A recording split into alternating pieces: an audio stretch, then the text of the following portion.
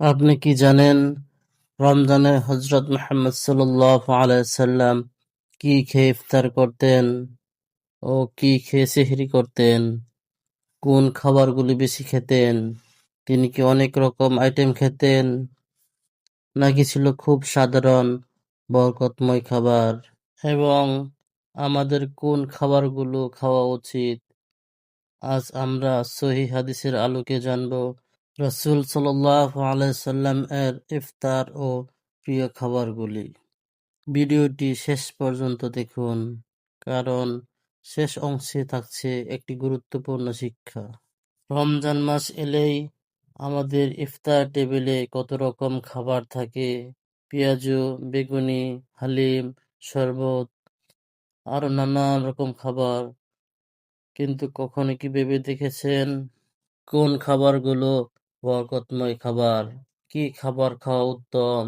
রাসূল সাল্লাল্লাহু আলাইহি সাল্লাম ইফতার দেরিতে করতেন না, সূর্য ডোবার সঙ্গে সঙ্গে তিনি ইফতার করতেন।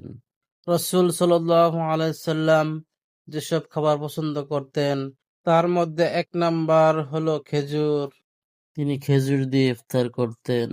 হাদিসে এসেছে তিনি প্রথমে ভাজা খেজুর দিয়ে ইফতার করতেন, তা না পেলে শুকনো খেজুর দিয়ে ইফতার করতেন, আর সেটাও না পেলে কয়েক চুমুক পানি দিয়ে ইফতার করতেন। দেখুন কত সহজ ও বরকতময় পদ্ধতি।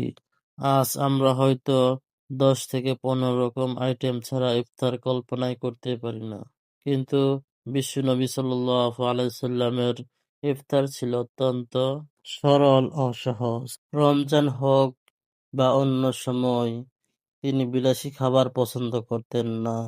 2 নাম্বার, যবের রুটি। তিনি সাধারণত যবের রুটি খেতেন। গমের সাদা রুটি খুব কমই খাওয়া হতো। অনেক সময় কয়েকদিন চুলায় আগুনও জ্বলতো না। খেজুর ও পানি দিয়ে দিন কেটে যেত। 3 নম্বরে তিনি দুধ পছন্দ করতেন। দুধ ছিল তার পছন্দের পানীয়গুলির মধ্যে একটি।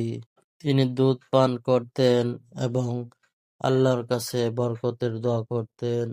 4 নম্বরে মধু। হাদিসে আছে তিনি মধু পছন্দ করতেন।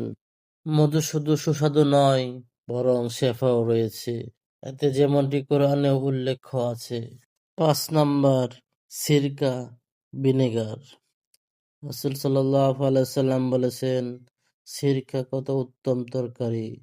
ভাবুন, যাকে আমরা সাধারণ খাবার ভাবি সেটিও তিনি কৃতজ্ঞতার সঙ্গে গ্রহণ করতেন। এখন প্রশ্ন হলো, আমরা এই সুন্নাহ থেকে কি শিখব?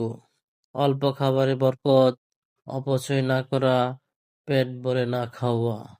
রাসূল সাল্লাল্লাহু আলাইহি সাল্লাম বলেছেন, মানুষ পেটের চেয়ে খারাপ কোনো পাত্র পূর্ণ করে না। তিনি শিখিয়েছেন 1/3 খাবার, 1/3 পানি, 1/3 ফাঁকা রাখা। রমজান মাস হলো সংযমের মাস, খাবারে প্রতিযোগিতা করার মাস নয়। প্রিয় ভাই ও বোনেরা, আমরা যদি সত্যি রাসূল সাল্লাল্লাহু আলাইহি সাল্লামকে ভালোবাসি, তাহলে তার সুন্নাহ অনুযায়ী জীবন সাজানোর চেষ্টা করি। এই রমজানে চেষ্টা করুন কমপক্ষে একটি সুন্নত অনুযায়ী ইফতার করতে। খেজুর দিয়ে শুরু করুন, সরল খাবার গ্রহণ করুন, অপচয় থেকে বাঁচুন। আল্লাহ আমাদের সবাইকে সুন্নাহ অনুযায়ী জীবন পরিচালনার তৌফিক দান করুন। আমিন।